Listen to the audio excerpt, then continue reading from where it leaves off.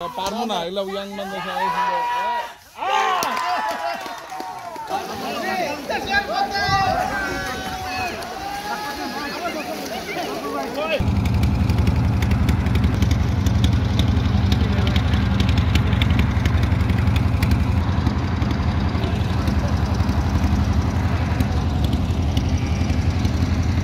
সম্মানিত দর্শক, আসসালামু আলাইকুম। গ্রীষ্মের খরতাপে মানুষ যখন নাকাল, তখন প্রাকৃতিক পরিবেশে একটি দিন উপভোগ করা বেশ আনন্দের। দর্শক, আমরা আজ এসেছি মাওয়া রিসোর্টের প্রাকৃতিক পরিবেশে বনভোজন করতে। আজ আমি আপনাদের দেখাবো কম খরচে কিভাবে সারাদিন উৎসবমুখর পরিবেশে বনভোজন উপভোগ করা যায়। সারাদিনে রিসোর্টের বিভিন্ন ইভেন্টের খরচ, খাওয়া খরচ ও রিসোর্টে কী কী ফ্যাসিলিটি রয়েছে তার একটি বিস্তারিত বর্ণনা দেওয়ার চেষ্টা করব। এছাড়া আপনারা গ্রুপ ভিত্তিক কীভাবে ট্যুর প্ল্যান করবেন তার একটা ধারণা দেওয়ার চেষ্টা করব। তাই ভিডিওটি না টেনে শেষ পর্যন্ত দেখুন। আর যারা এখনও আমার চ্যানেলটিকে সাবস্ক্রাইব করেননি, তারা আমার চ্যানেলটিকে সাবস্ক্রাইব করুন। আমরা ঢাকা হতে সকাল 7টায় রওনা দিয়েছি। মাওয়া রিসোর্টে আমাদের পৌঁছতে 45 মিনিট সময় লেগেছে। রিসোর্টে পৌঁছেই প্রথমে আমরা আমাদের অ্যালোকেট করা রুমে আমরা কাপড় চোপড় ব্যাগপত্র রেখেছি। রুমের ফ্যাসিলিটি যদি একটু দেখাতে চাই, তো প্রতিটি রুমই এসি করা। এটি সুপার ডিলাক্স রুম। আমাদের নামে বরাদ্দ করা হয়েছে রজনীগন্ধা 303 রুম।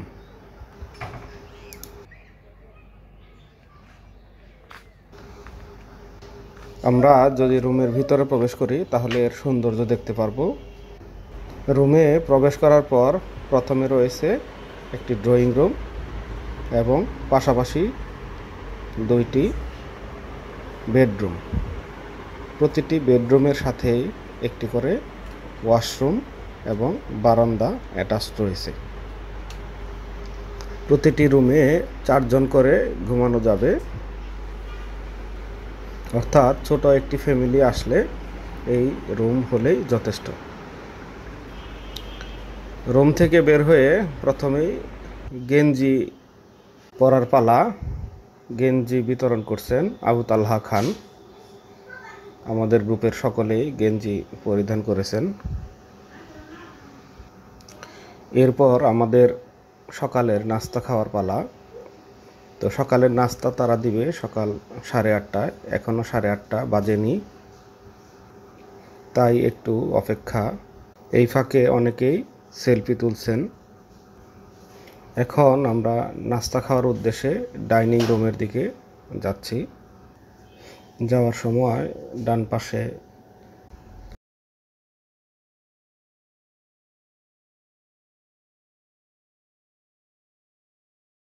রিসোর্টের বিভিন্ন রুম ও বাম পাশে রয়েছে একটি বিশাল পুকুর।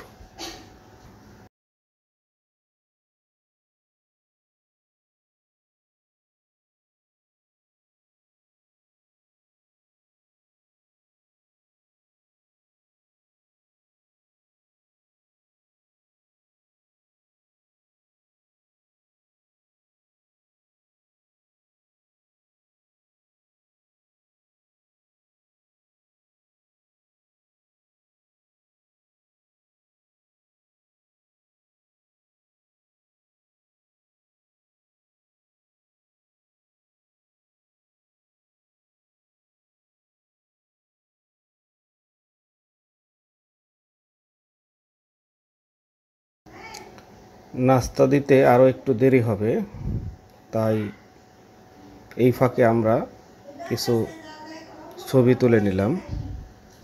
বিশাল পুকুর, পুকুরের ঘাটে সবাই একসঙ্গে বসে ছবি তোলা।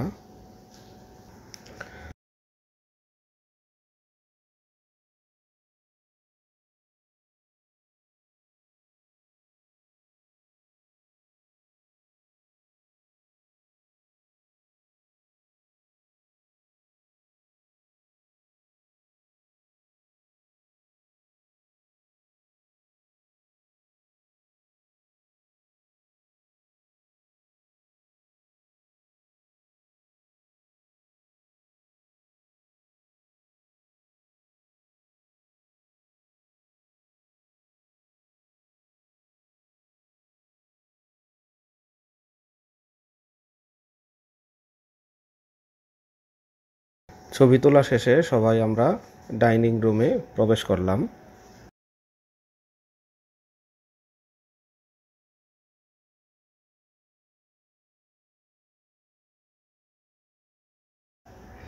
আমাদের সকালের নাস্তার মেনু: পরাটা, এরপর ডিম, সবজি, ডাল, হালুয়া, সবশেষে চা। সবাই লাইন ধরে যার যার নাস্তা নিচ্ছেন।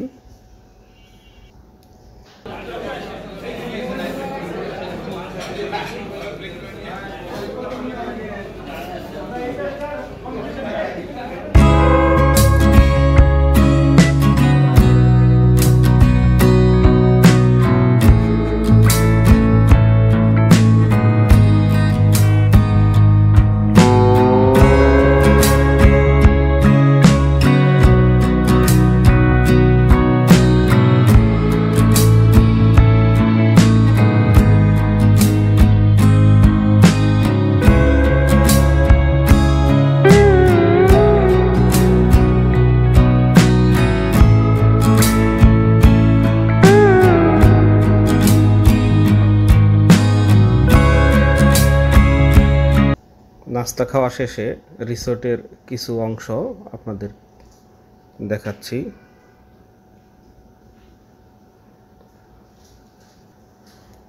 এরপর আমাদের খেলার মাঠে যাওয়া।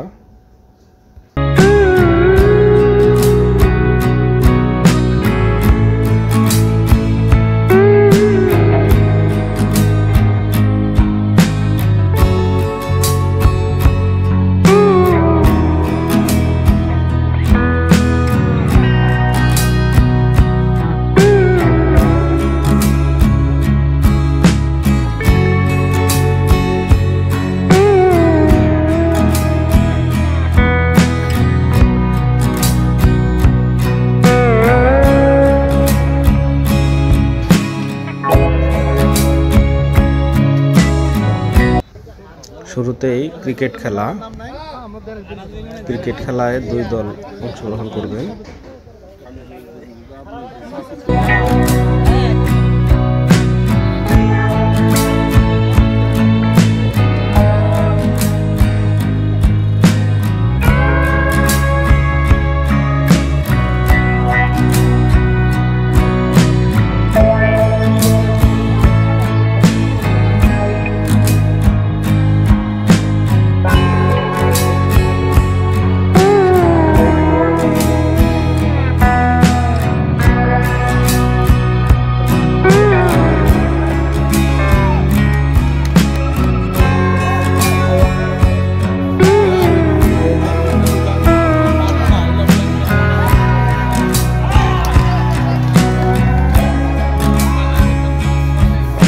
চমৎকার ক্রিকেট খেলা হচ্ছে।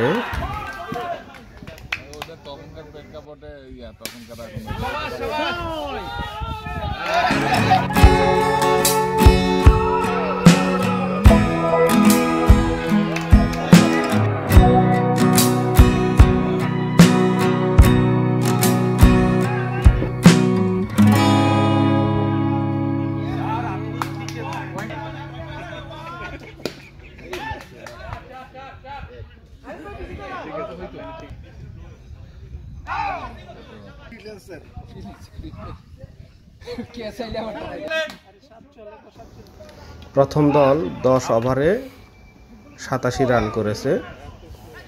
এরপর দ্বিতীয় দলের ব্যাট করার পালা।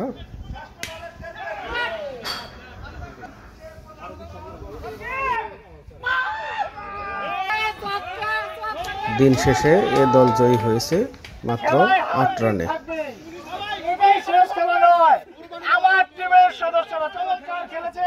বিশেষ করে দারুণ বোলিং করেছে আমাদের হাসান এবং আমাদের স্যার 48 রান করার 44 রান করার কারণে আমরা জয়ী হয়েছি। যারা জয়ী হতে পারে নাই তাদের মনে কষ্ট থাকবেই।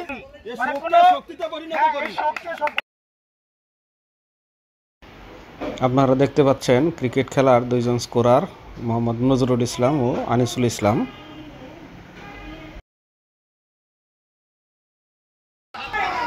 ক্রিকেট খেলা শেষে আমাদের ফুটবল খেলা শুরু।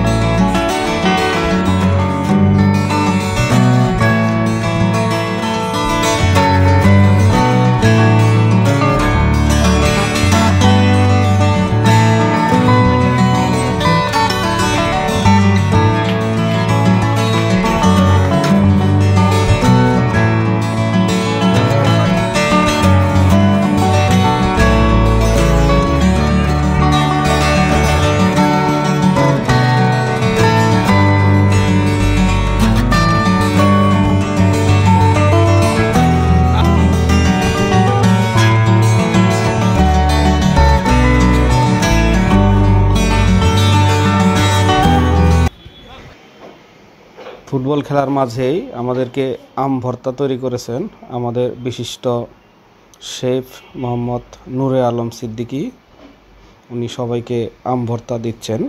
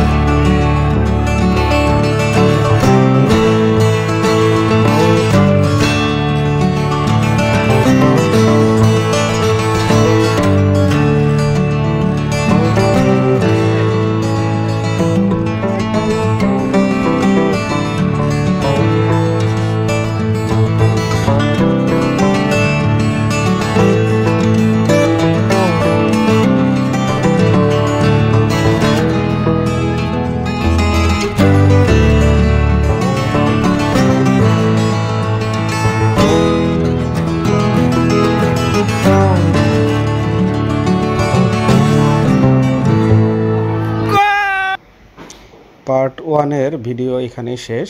পার্ট 2-তে আপনারা দেখতে পারবেন সুইমিং পুলের দৃশ্য, বিকেলবেলা নৌকা ভ্রমণ।